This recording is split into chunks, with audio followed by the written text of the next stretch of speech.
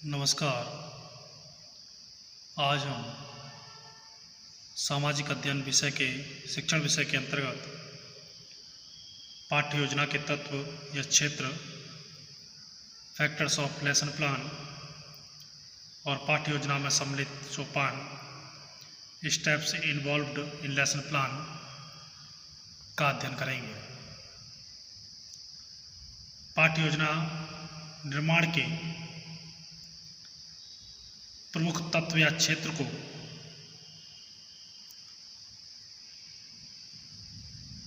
हम 4 प्रकारों में बांट सकते हैं, जिसमें लिखित व अलिखित, written and unwritten lesson plan, सूक्ष्म व विस्तृत पाठ्य योजना, micro and macro lesson plan, दैनिक और वार्षिक पाठ्य योजना, daily and yearly lesson plan और इकाई पाठ्य योजना, यूनिट लेसन प्लान। इस प्रकार से हम पाठ्य योजना निर्माण के प्रमुख तत्व या क्षेत्र को 4 भागों में बांटने के बाद सबसे पहले आता है लिखित और अलिखित पाठ्य योजना, written and unwritten lesson plan.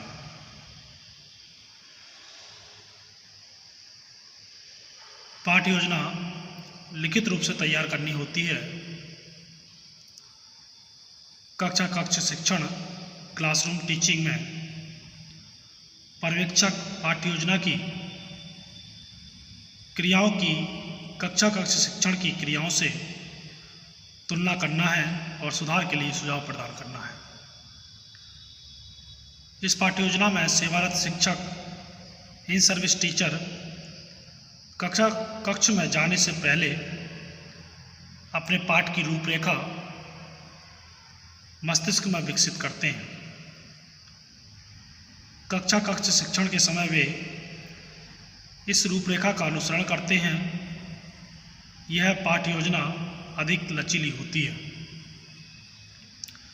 शिक्षक कक्ष शिक्षण में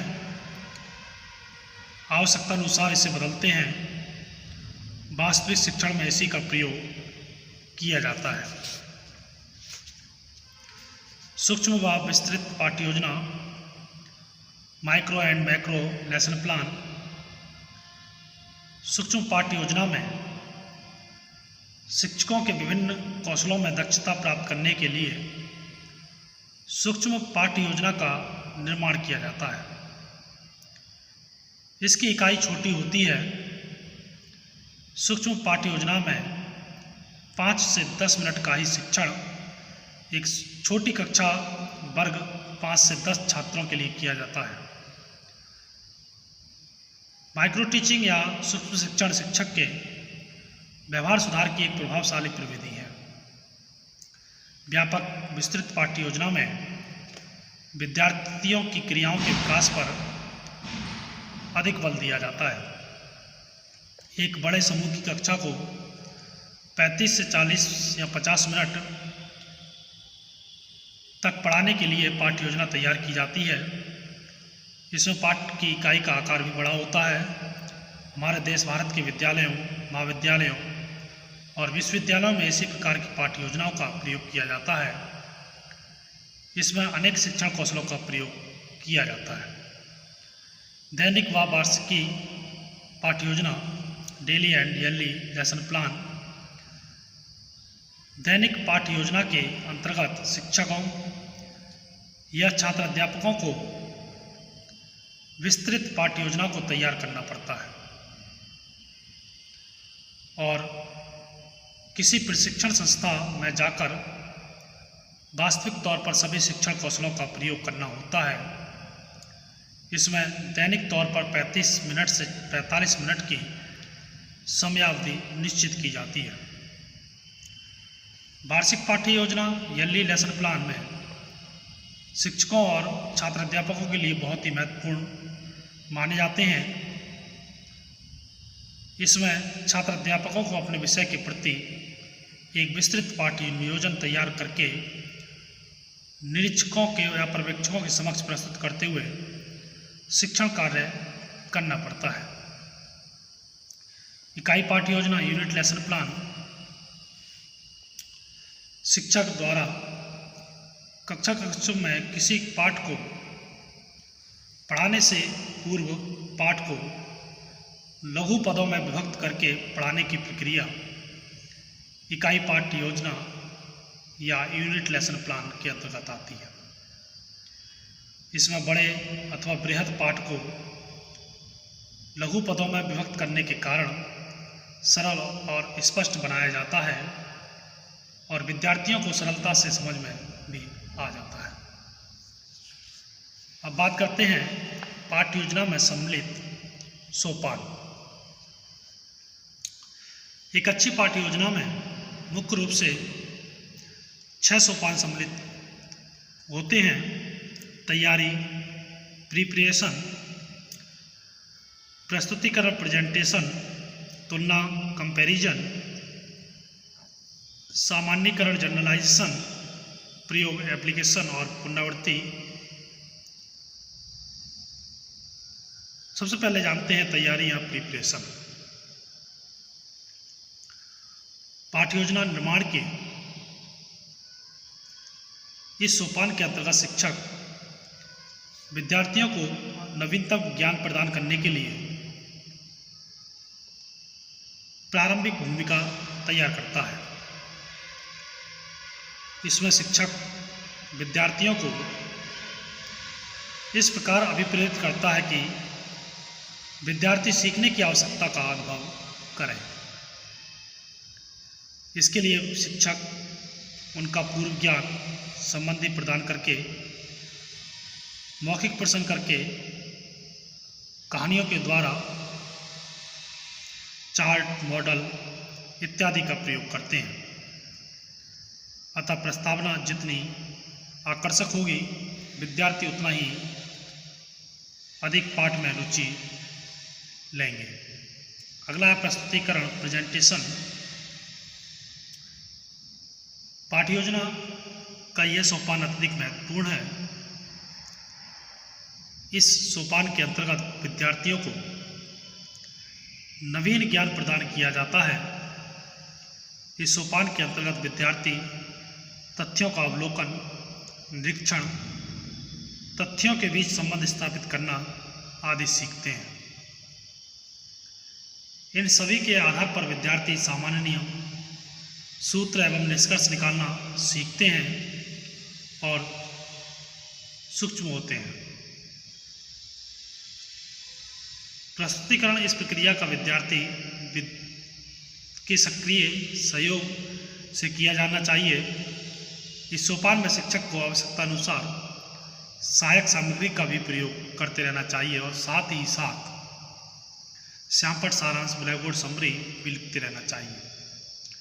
तुलना कंपैरिजन। पाठ्य योजना के इस सोपान के अंतर्गत यह देखा जाता है कि विद्यार्थी जो भी ज्ञान प्राप्त करते हैं उसे ज्ञान की परख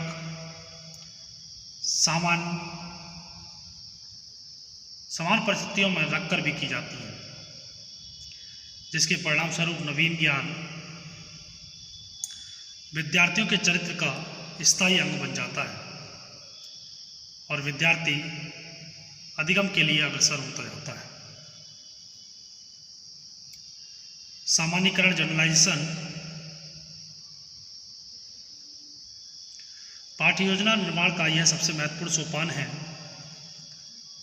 सामान्यीकरण के इस सोपान का अनुकरण विशेषतया उन पाठों में किया जाता है जिनमें आगमन और निगमन विधियों का प्रयोग किया जाता है। जैसे किसी सिद्धांत अथवा नियम की स्थापना करना, परंतु प्रत्येक पाठ में एक ही प्रकार के नियोजन के अनुकूल चलना असंभव है। सामान्यीकरण की इस प्रक्रिया में विद्यार्थियों का सक्रिय सहयोग प्राप्त करते हुए किसी सूत्र, सिद्धांत अथवा नियम की स्थापना की जानी चाहिए। प्रयोग, एप्लीकेशन।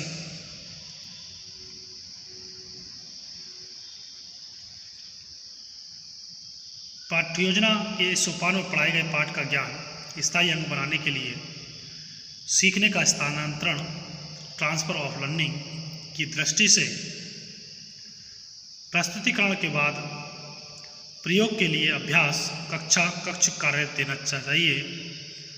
शिक्षक को निरीक्षण या पर्यवेक्षण कार्य जल्दी से करना चाहिए। विद्यार्थियों के सही कार्यों की प्रशंसा करनी चाहिए। ऐसा करने से उन्हें प्रोत्साहन मिलता है और उनमें स्पर्धा की भावना पैदा हुई। इसके लिए आवश्यक है शिक्षकों की विद्यार्थियों की गलतियों को ध्यान में देखना चाहिए और यथासमय छोटी छोटी गलतियों को विद्यार्थियों के पास जाकर और बड़ी गलतियों को स्यापट पर हल कर देना चाहिए। यह सभी प्रयोग के अंतर्गत आता है।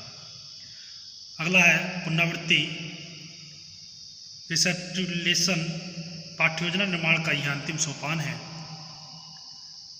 इसका महत्व अन्य सोपानों के बराबर होता है। पुनरावृत्ति सोपान के माध्यम से शिक्षक को ये जानने में सहायता मिलती है कि उसने विद्यार्थियों ने क्या सीखा है, विद्यार्थियों के बौद्धिक स्तर में किस सीमा तक विकास हुआ है और उन्होंने स्वयं विद्यार्थियों में वांछित व्यवहारिक सुधारों को लाने में कहाँ तक सफलता प्राप्त हुई है। इस सोपान का मुख्य उद्देश्य शिक्षण की सफलता का पता लगाना है।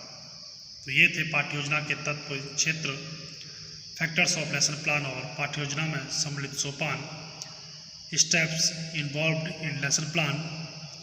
धन्यवाद।